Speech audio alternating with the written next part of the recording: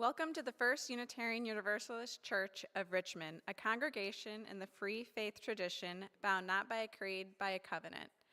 My name is Karen King, and I am honored to serve on your board of directors.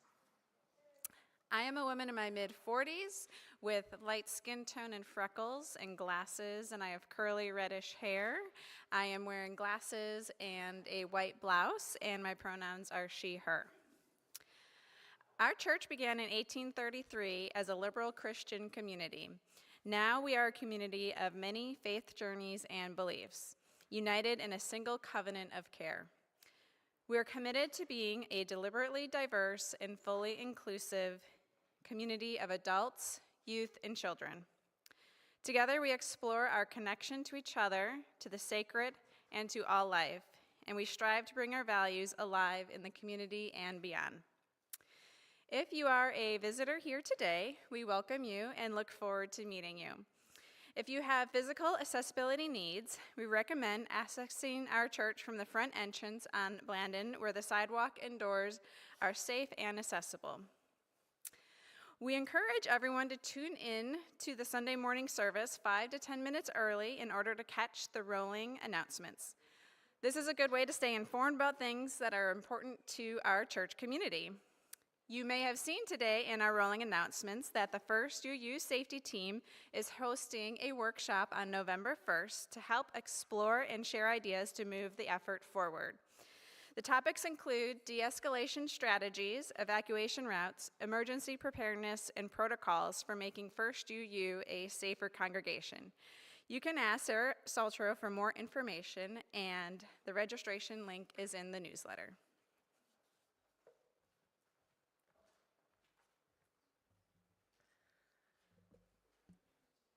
Good morning. Welcome to First Unitarian Universalist Church of Richmond. I am Reverend Anna Tulou, and I serve as assistant minister here. I use both she and they pronouns. We use visual descriptions as an accommodation for people with low vision. So I am a middle-aged white woman with pale skin and freckles, blue eyes, and long wavy hair. I am wearing a dress in shades of brown and a quilted stole from a beloved chosen ancestor, likewise in fall colors. Fred Salto is our worship associate this morning, and we are also delighted to welcome back Greg Greenway for our music this morning.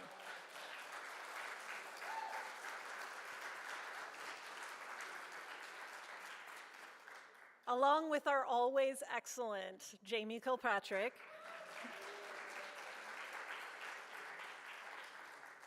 Our song leaders are Bari and Judith, and Eric Bowers and Faye Healy are helping us in AV. Thank you.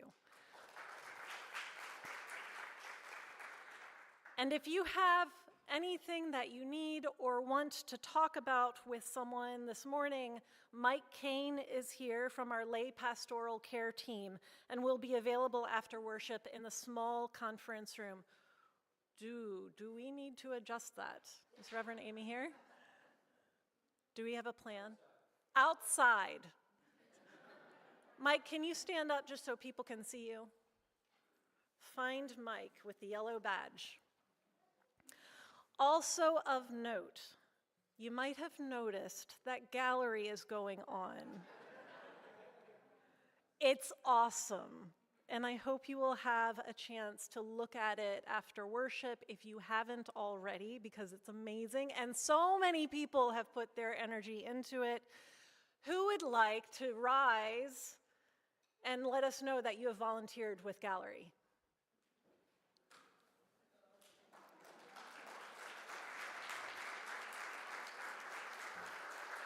Thank you. And there are so many more who are not here in this room today, so thank you to everyone. It also means that we can't access the restrooms down at this end, so we ask you to just go downstairs and use the restrooms downstairs for today. Now, at the front of the sanctuary, you will see an altar, which Linda Lutz has put her time and energy into building for us. Upon it are the photos and remembrances of many of those who have died that you have already come forward and placed upon it.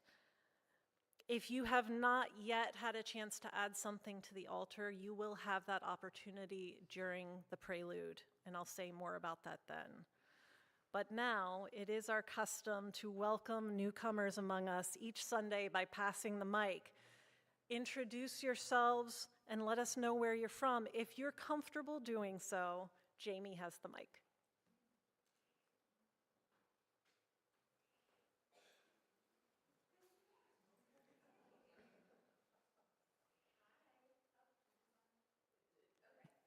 I'm Sarah DeSorbo. This is my first time here. My great friend Amanda invited me. I watched your last service online and thought, oh my gosh, I think I found a church that thinks the way I think and feels the way I feel, which I didn't think existed anymore after having to step away from my previous church that I grew up in. So I'm really excited to learn more about you and just engage with this really welcoming, loving community.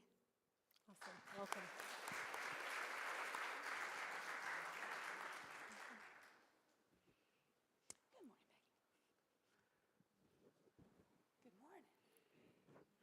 Good morning. My name is Lynn, and I'm going to say a few things I never thought I'd say in front of a group of people, which is I moved to Richmond in late June, not really knowing anyone. I started having problems with one foot and then both feet and started to fear that I couldn't walk. So in any event, I had foot surgery. I'm so glad that I can finally come. I'm also a former federal employee, and so reading the news is really rough these days. So I'm living in an apartment around Nansemond in Hanover. Anyone nearby in the neighborhood, I'd love to meet you, really looking to find kindred souls. So please introduce yourself to me if you see me later on. Again, I'm really looking to connect. Thank you.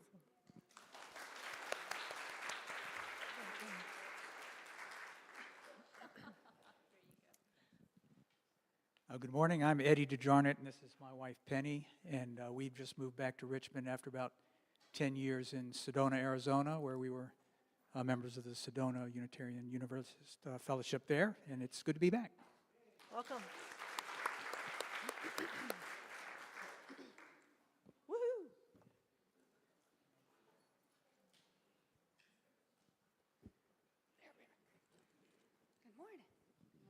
Good morning, my name is Bianca, and I'm here with my niece Alex, who brought me here. I am from Washington, D.C., but I came to commemorate my mother, who just died this past April. So I'm very happy to be here, and thank you for having me. Thank you for being here.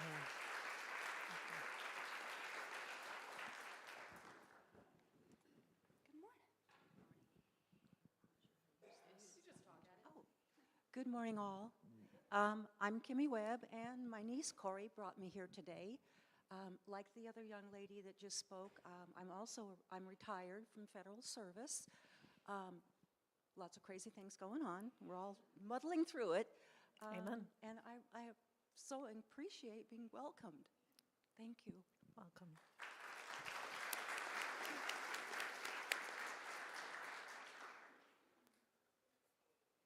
Did I see one over here? You count.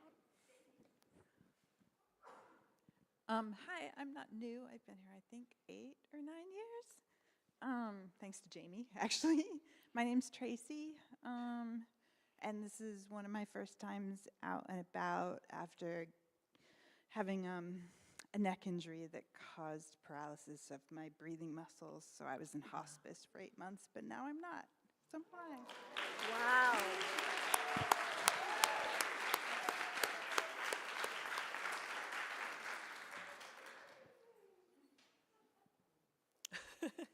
There's pointing and gesturing happening. Yeah, I've been coming here for a couple of weeks, but never did introduce myself. I'm David Gaines. When I was a teenager living in Pottstown, Pennsylvania, my parents attended the Unitarian Fellowship there, and I was a member too. And I moved to Richmond about 20 years ago, but only started coming here a couple of weeks ago.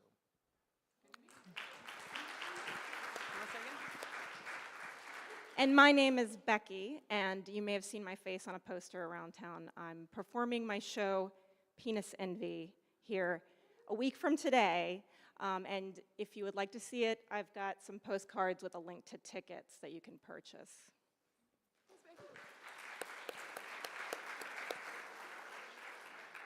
Yay!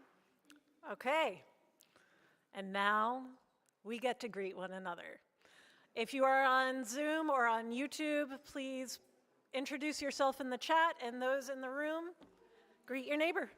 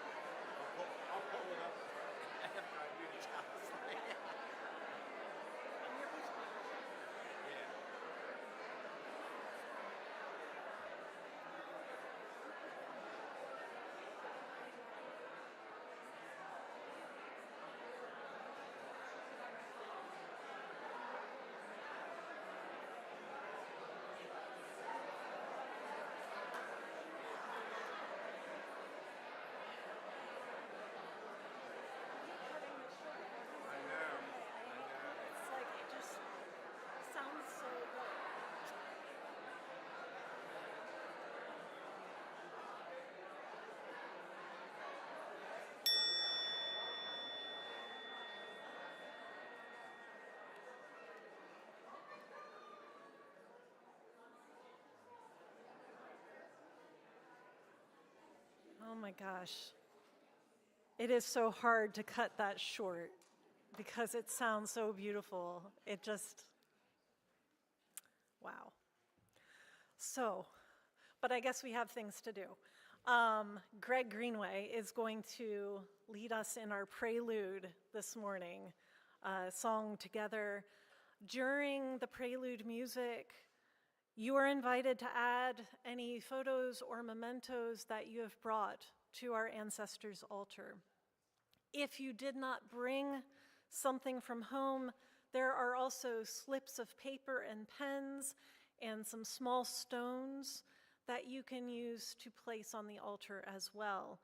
Linda, Grace, Dorothy, Courtney, Fred, and Sarah, will you please rise so people can see you and come on to the front? They're going to help with placing things on the altar. And if you prefer or need to remain where you are and don't want to come up but still want to interact, just raise a hand and one of these amazing people will come and take your item or bring you a stone or a piece of paper so that we can get you on the altar as well. If you are attending virtually, we have a virtual altar from the photos that you submitted that we will show. And I also encourage you to write the names of those that you are remembering in the chat. You are part of this. Greg?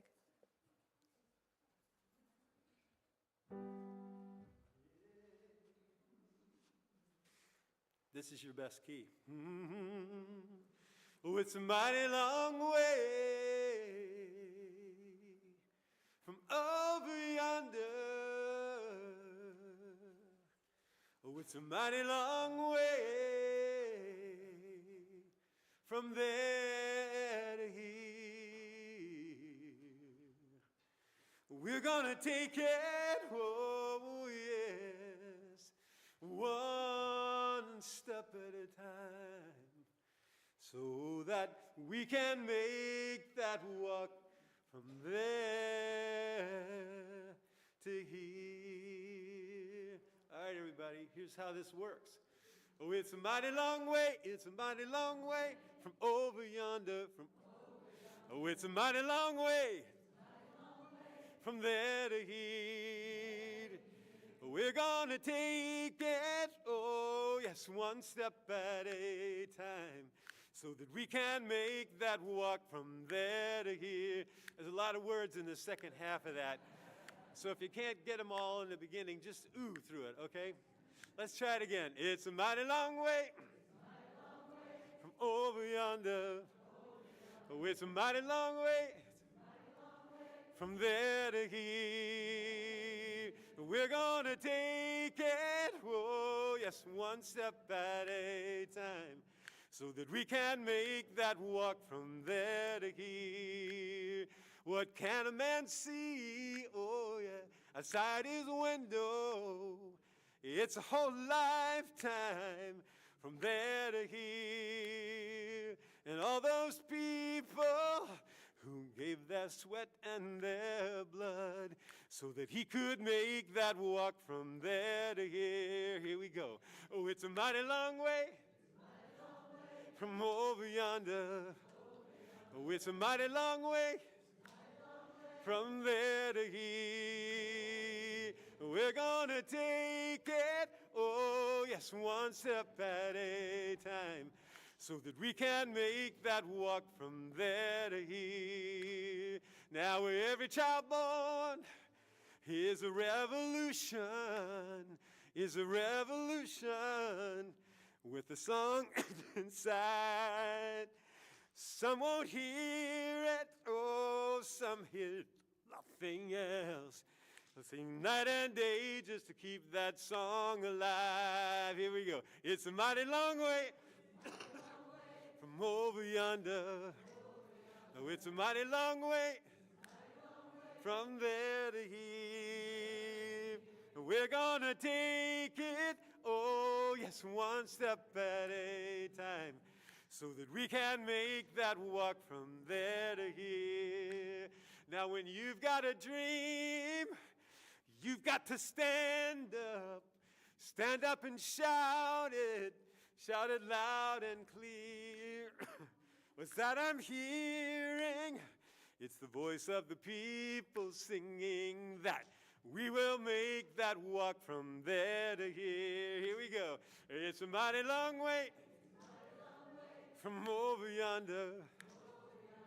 Mighty long way from there to here. We're gonna take it, oh yes, one step at a time, so that we can make that walk from there to here.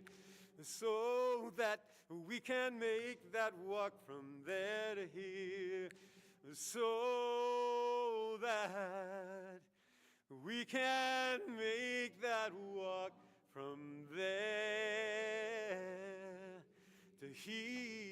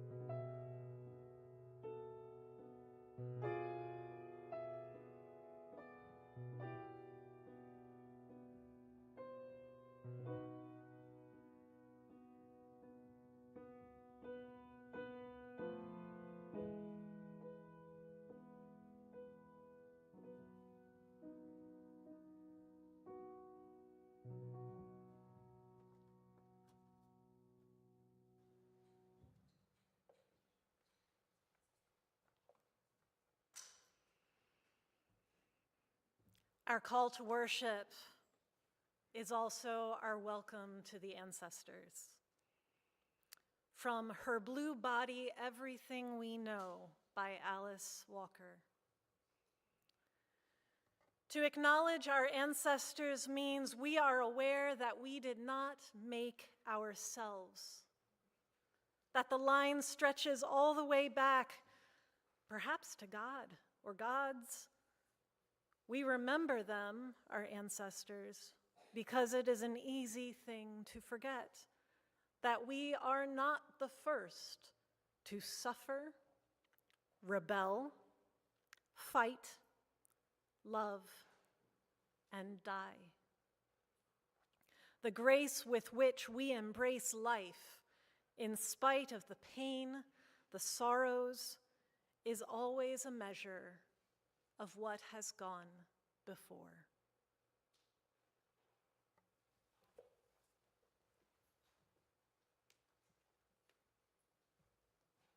Good morning.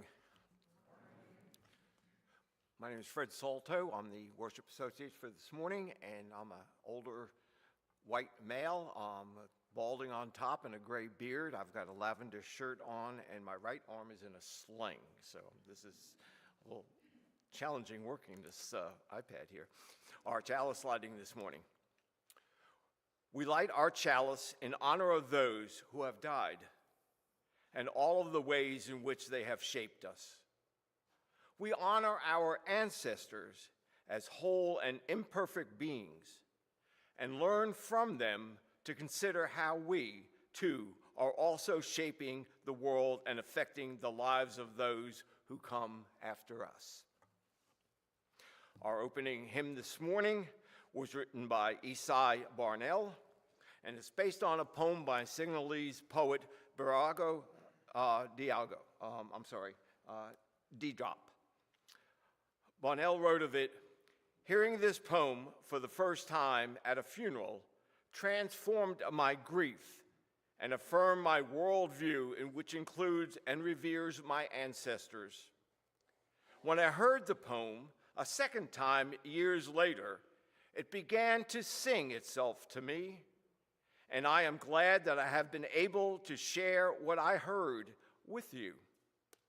As often as we call the names of those who have gone on, we enliven them, but we must then learn how to experience them anew. This poem provides an entree into this new experience. So if you are able, I invite you to rise in either body and spirit for our opening hymn, number 1001, entitled Breaths.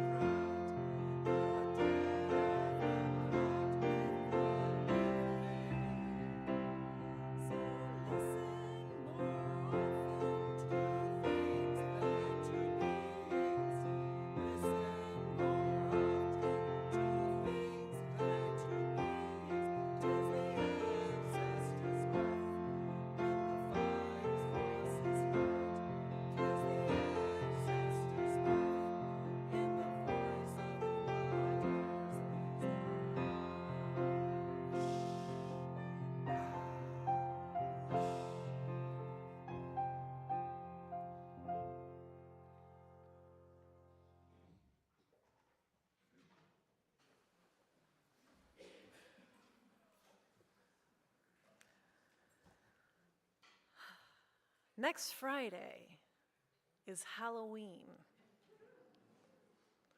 Neighborhoods will soon be flooded with children in spooky and silly costumes alike, looking to fill their buckets and bags and pillowcases, for those who are rocking it old school, with candy.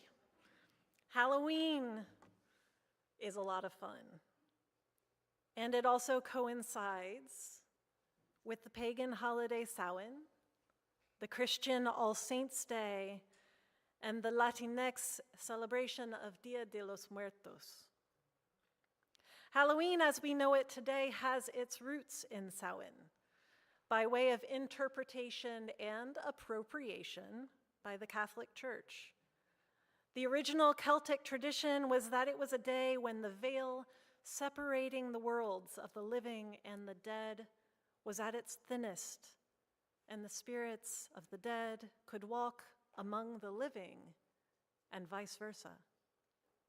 For some, this was a cause for fear, and for others, it was a source of awe, of connection with the sacred, as Druids and others would call on the spirits and gods for oracles of wisdom and warning. Some would dress in costumes on this night, although it's debated whether it was in imitation and invocation of the spirits or to confuse and hide from them. The Catholic Church adopted and altered the pagan festival with its own Hallow-Mass, or All Hallows, today known as All Saints' Day, which celebrated Christian saints and martyrs, those who had died for their Christian faith. People would likewise dress up in costumes, but as angels and devils and saints. The evening before was All Hallows' Eve, or what we now know as Halloween. Today, pagan practices around Samhain involve invoking and honoring the mighty dead, our beloved ancestors, welcoming all those who shaped us back into our lives for one night. And just as many pagans understand, as we discussed last week, that darkness is a source of rest and mystery and dreaming, and yes, of death, for it is dark in the earth and in the tomb.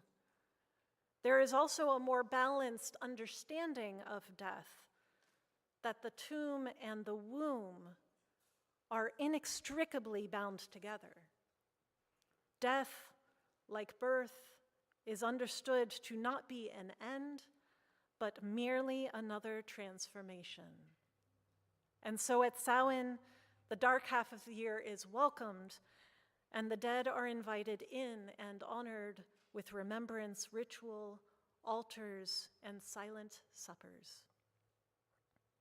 Similarly, Dia de los Muertos, or the Day of the Dead, came out of what is now Mexico, but had its roots in an Aztec festival dedicated to the goddess of the dead, which, with the arrival of Spanish conquistadores and the ensuing centuries of colonization, became melded with the Catholic All Saints' Day to become Dia de los Muertos, a 2-day festival in which ofrendas, or altars, are set up in people's homes.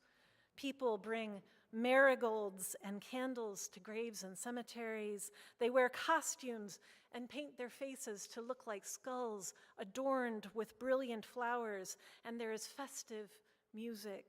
It is a celebration, and the dead are welcome to enjoy food and music and to revel with the living. These practices are far from ghoulish. They are sacred and wholesome. They remind us that death is not separate from or opposite of life, but integral to it. They teach us to remember the dead, that they are not gone unless we forget. And today, as Unitarian Universalists, we honor the inevitable turning of the seasons and of our lives with our own ancestors' altar, not to appropriate or to attempt to recreate the practices of Dia de los Muertos or Samhain or All Saints, but to recognize the wisdom in honoring those who came before, those who shaped us and changed us and made our very existence possible. We become more holy ourselves when we honor the fullness of our histories and that we are descendants and we too are ancestors becoming. Our ancestors gave birth to us, literally and figuratively. They are birthing us even now. And we too are shaping generations to come. This shaping does not end at death. We carry the mighty dead within us, as we too are and will be carried by those who come after us. In this way, the circle is open, but unbroken.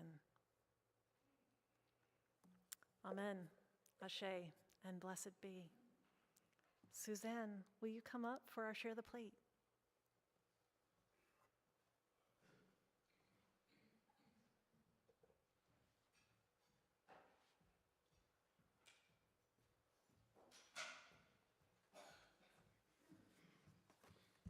Good morning, friends. It's good to be back with you.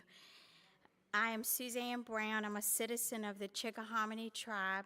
I'm a woman, 5'3", with brown hair, and today I'm wearing brown pants with a long Native American print sweater. The Chickahominy Indian tribe is building a child care center that will serve 80 to 100 children, a place where they can learn, grow, and thrive, but we cannot do it alone. It's a $16 million project, and while we've made progress, we still need your help to bring it across the finish line. Every dollar you give brings us closer to opening our doors. We know the facts. Ages 0 to 5 are the most critical years in a child's brain development. Children who attend high-quality early childhood education are more likely to succeed in school, graduate, and avoid crime later in life. This is about real children, children whose futures are being shaped right now, children being raised in a county with a struggling public school system, children who deserve better than what the current system can offer. This center will be a beacon of hope. It will allow parents to work, knowing that their children are safe and growing. It will strengthen the local public schools by improving kindergarten readiness. And it'll build our community, one child, one family, one future at a time. So I ask you today, from the heart, to stand with the Chickahominy Indian tribe, stand with the children of Charles City County, help us build something that will last for generations, that will be available to both natives and non-natives. Together, we can give our children the start they deserve and protect the land that they will one day lead. If you have questions about this opportunity or you want to become more involved, don't hesitate to catch up with me outside. I'll be to the left of the Great Hall at the table. Thank you so much for the opportunity.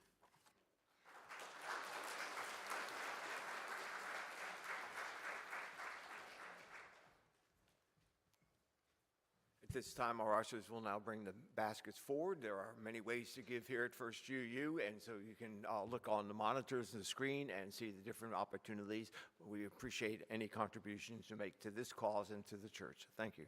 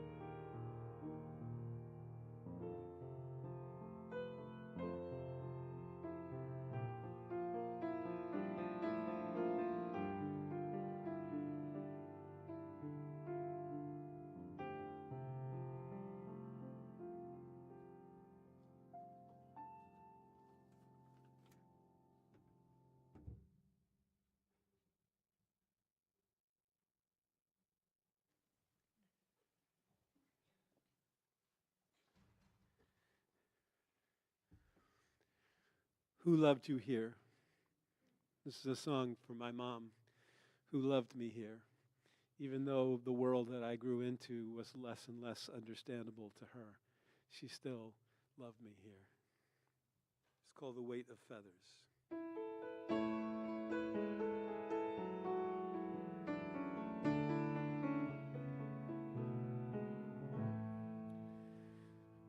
You were never in the same place twice, as balls of fire and balls of ice spin in space of their own device. Somehow it holds together, and all the creatures great and small imagine life before the fall. They see their own and then guess it all. Somehow it holds together. But the time will come when the winds arise. You stare across the great divide and jump the cliffs with a dream to fly without knowing the weight of feathers.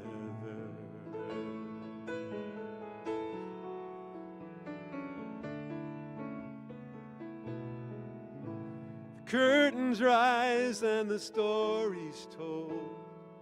The gaps are filled with blood and gold.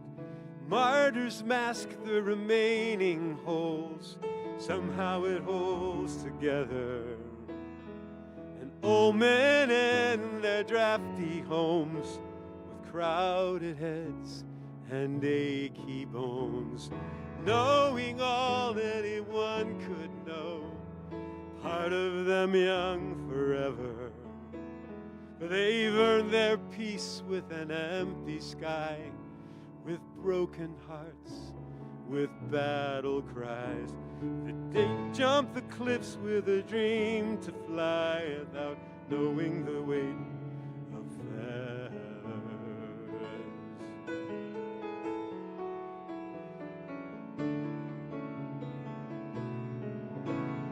Flying, falling, what's the difference now?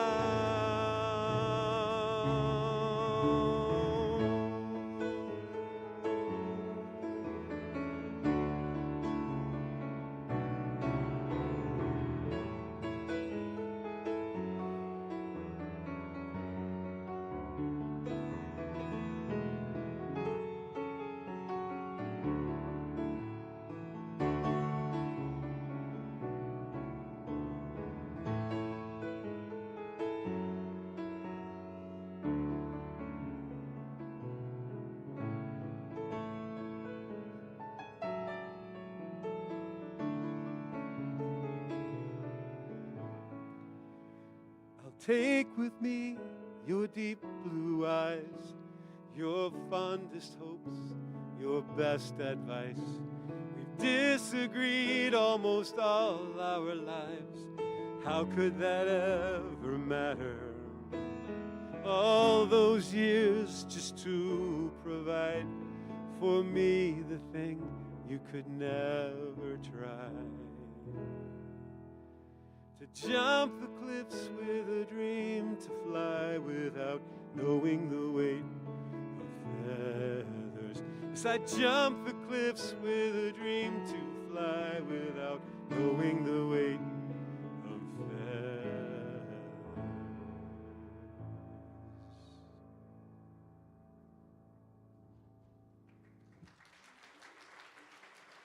Thank you.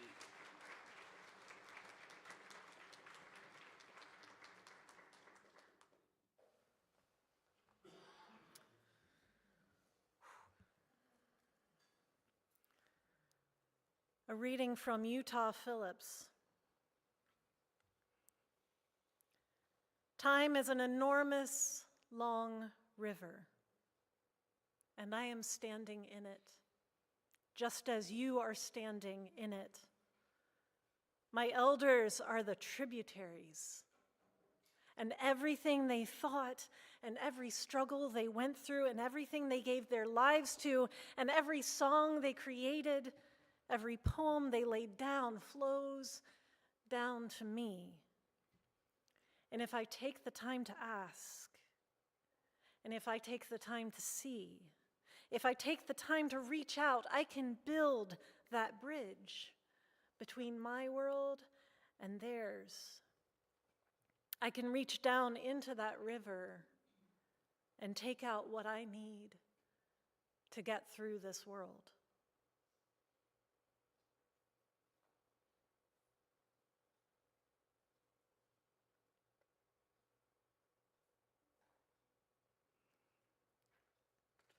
Utah Phillips is a chosen ancestor of mine,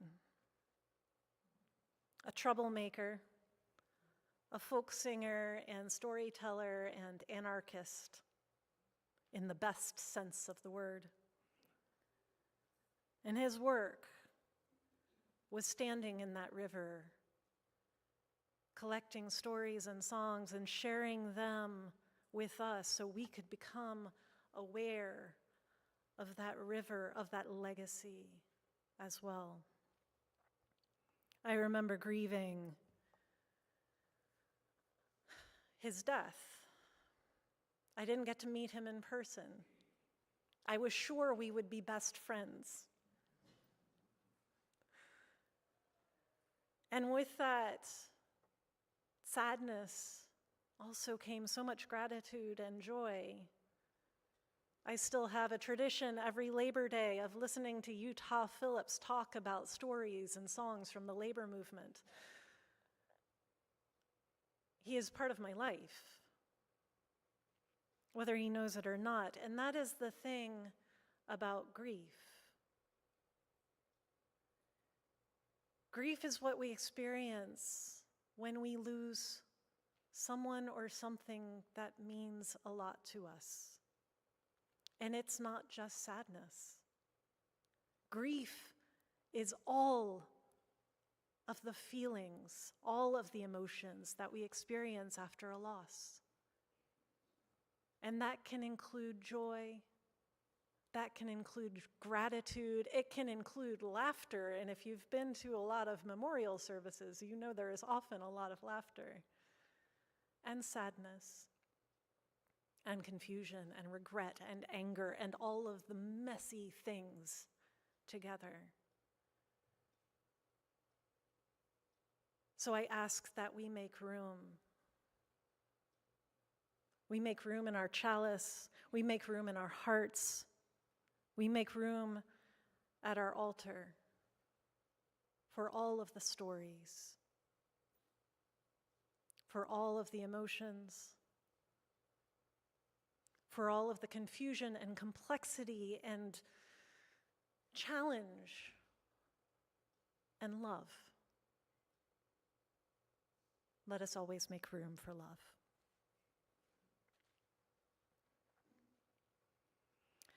Our meditation hymn today is number 1034, De Noche, which we got to practice last week. We're going to sing it once through in English and then a few more times in Spanish.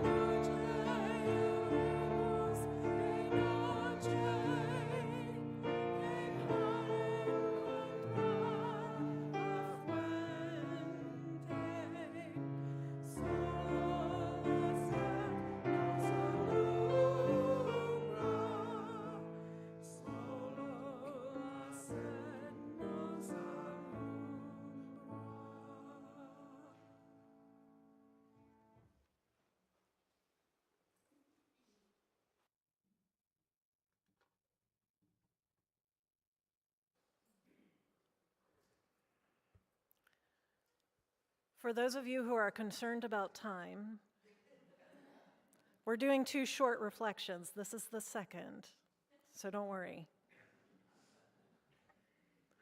It's always helpful to know where we're going.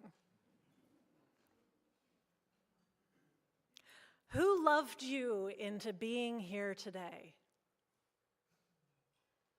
I heard those words as I sat very nervously among students and faculty at commencement on my first day of seminary. Who loved you into being here today? The speaker asked, and then she waited, like we were supposed to say something. I could hear the breathing change as bodies shifted around me, some settling, some opening, and some tensing up as those gathered reflected on that question, who loved you into being here today? Some faces beamed with gratitude, and others looked confused, and some seemed angry or pained. I myself experienced some resistance and ambivalence about the question. Certainly there was love, and also a lot of not love. It's loaded. It's complicated. The truth, as I understand it, is that we are who we are as we are, not because of ourselves alone, our own choices and actions. We are the legacy also of our ancestors, of all beings that came before us. We are a living ecology of our own history, both known and unknown. So who do you name as your ancestors? How do you define that? Some think of ancestors in terms of genealogy and bloodlines, the combinations and contexts of whose bodies led to our bodies. A difficult framing for those who don't know their family origins. Others expand on this, calling in chosen ancestors, those humans in history or our lifetimes who influenced and affected us. Taken further still, because why not, my 10-year-old and 26-year-old selves are ancestors to the 45-year-old self that stands here today. That's interesting. As an animist, I include non-human beings among my ancestors. The earth, the elements, and other earthlings whose being intertwines with and shapes my own. Who here has been shaped by a song or a book that came at just the right time, or has a particular geography, such as the James River, shaped you? Or perhaps the seasons, the rhythms of water, or animal kin. One of our core values as UUs is that of interdependence. Not just among all beings in this time, but also spiraling through the past and the future. What if we defined ancestors as all those who shaped us? Could we go so far as to define ancestors as all those who loved us into being?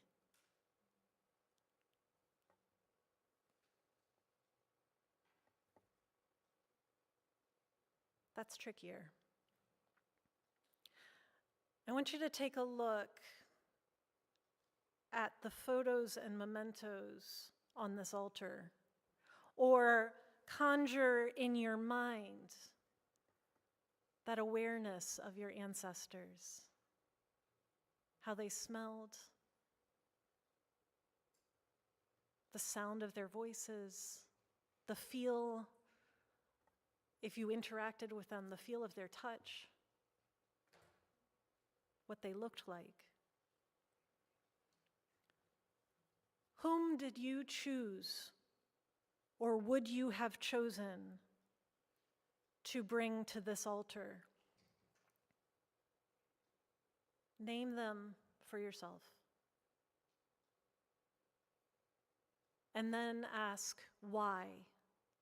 Why did you choose them?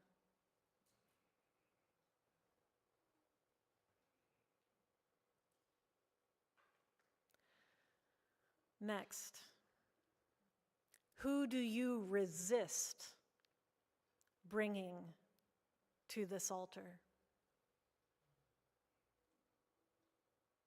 And why?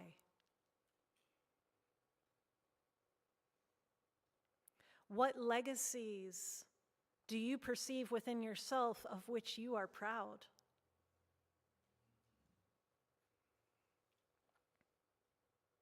Can you perceive also ancestral legacies in yourself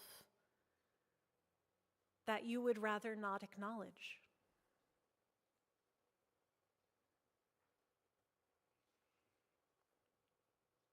We are shaped by innumerable contexts and actions. And some of the things that shaped us have felt good. A gentle sculpting, molding and squeezing and polishing with care, a loving grandparent or a favorite auntie, a wise teacher or mentor. And some of the things that have shaped us have felt more like the sculptor's chisel or the blacksmith's hammer. They shaped us, but they hurt.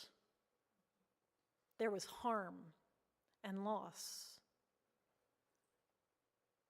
Can those who hurt us or people we cared about possibly be described as loving us into being? I don't know. That's a really personal question, and a tender one, especially for those among us whose ancestors did harm. It is complicated. And I think it's that complication that I could perceive on the faces of some of my seminary colleagues and in myself when we were asked, with both compassion and challenge, who loved you into being here today?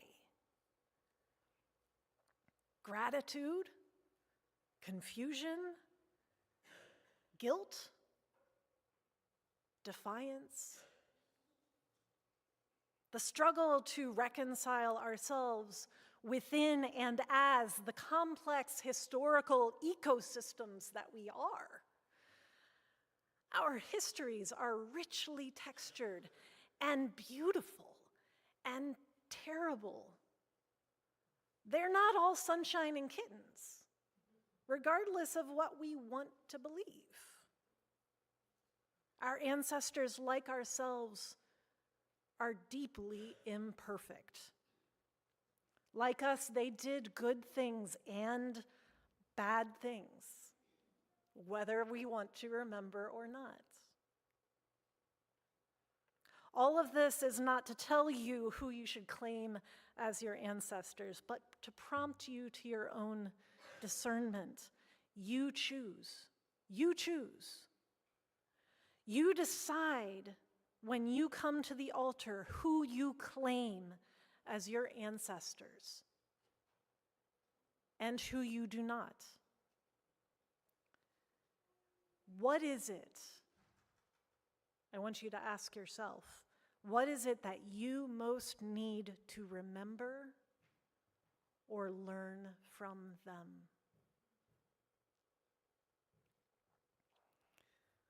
Now, of course, as a Unitarian Universalist, I am intrigued and tempted by the idea of ancestors being those who loved us into being. But for myself, I think that is far too simple and tidy. When I reckon with the blessed messiness of our world,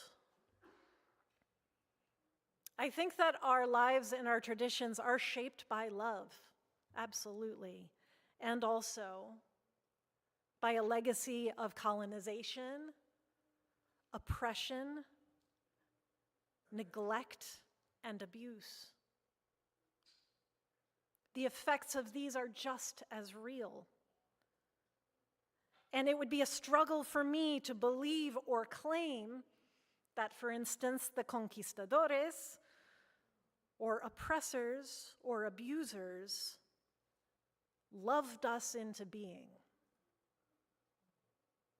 I struggle with that. But at the same time, it is love that can transform what we do with a legacy of harm. It is love that calls us to move intentionally toward healing, compassion, and even joy. When we bring our most beloved to the altar, it is easy to bring love with them and for them. But if today or someday you choose to bring your most challenging ancestor to the altar, to invite this reckoning in hopes of transformation and repair, then it is even more important to bring love to the altar. Love is what allows us to embrace our imperfect histories and our imperfect selves in wholeness and grace. And so stubbornly, very stubbornly, in closing, I ask you, who loved you into being?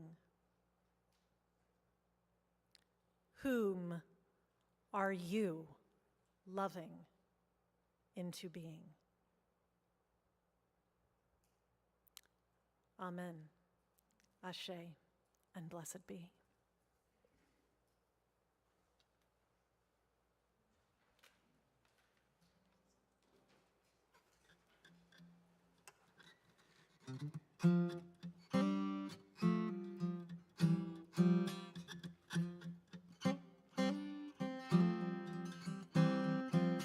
Hey, hey, hey.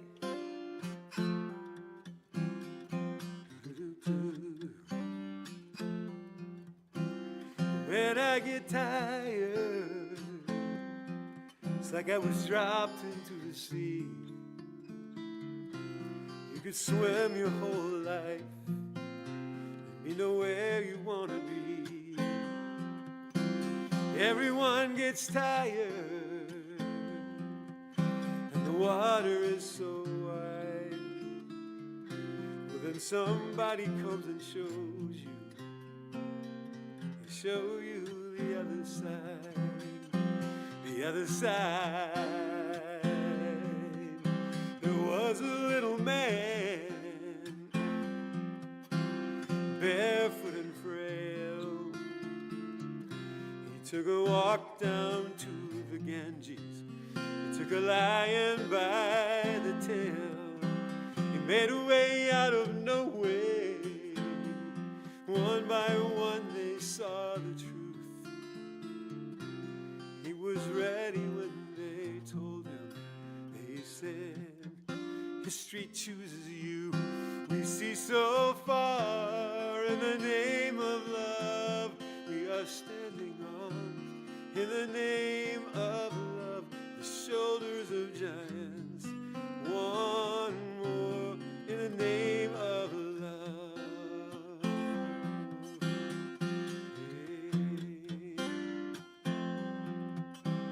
Then there was another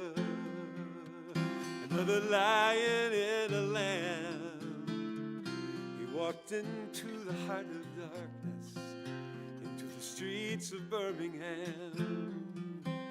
He made a way out of no way. One by one we saw the truth.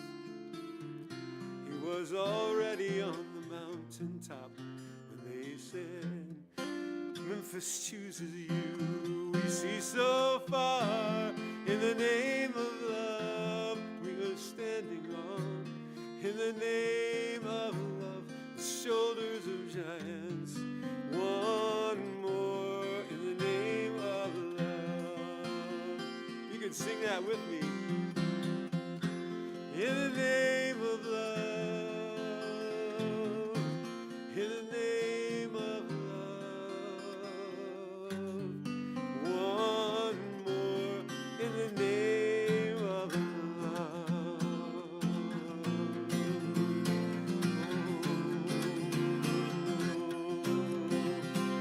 Yeah.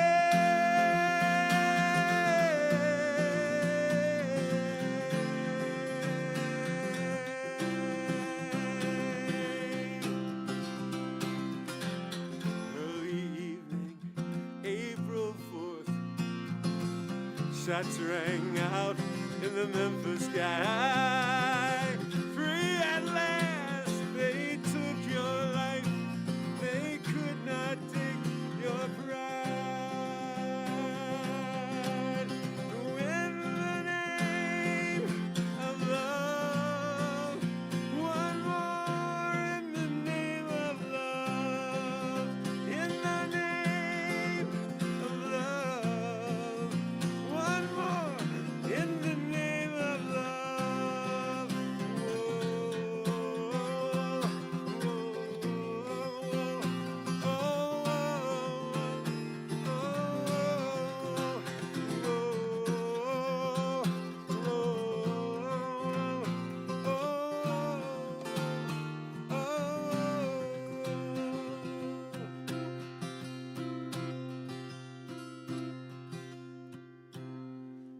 So make a way out of no way. Make their stories live and breathe. And we will never lack for heroes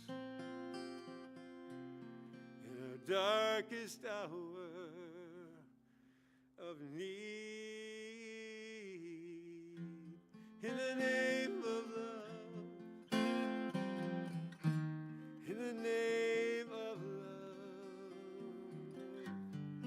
One more in the name of love.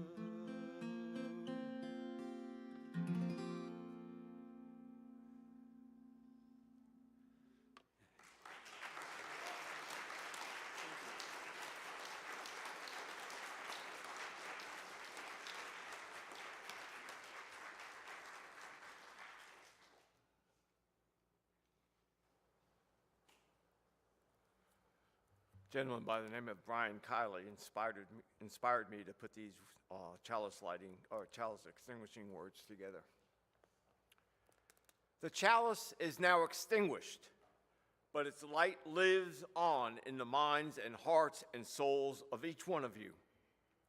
Carry that flame with you as you leave this place, remembering those who have preceded you, those who are now part of you, and share it with those who you are destined to meet.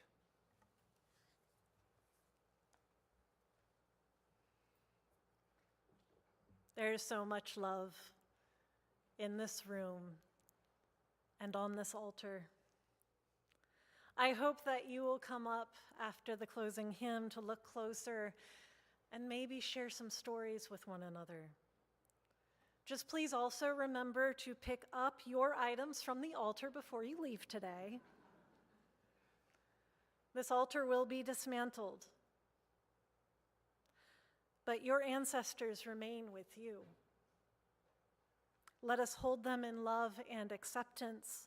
Let us thank them for their presence, for the love and the challenge and all the ways that they have shaped us. May the way we hold our ancestors remind us also how to hold ourselves and those whose ancestors we are becoming in wholeness and grace, and most of all, in love. Amen, Ashe, and blessed be. Now, in honoring our ancestors, we have to talk about our closing hymn. I love stories. Dr. Isai Barnwell is an amazing songwriter and performer. And this is how she described our closing hymn, which is number 1051 for those who want to flip pages right now. She wrote, "This is the last song in a suite that began with the lyric, 'Laud it's midnight, a dark and fear-filled midnight. Laud it's a midnight without stars.' Dr. Barnwell wanted to create a complete circle of experience, and so she wrote, quote, 'For each child that's born, a morning star rises.' This phrase is meant to establish hope, and it defines the uniqueness of each one of us, that no matter what our race, culture, or ethnicity, each one of us has been called into being and are the sum total of all who came before. In the composer's words, each and every one of us stands atop a lineage that has had at its core mothers and fathers and teachers and shamans and healers and builders and warriors and thinkers and. So in spite of our uniqueness, we come from and share every experience that humankind has ever had. In this way, we are one." With that understanding, please rise in body or in spirit for our closing hymn. We are. I invite you to sing with gusto and move your bodies as you are comfortable.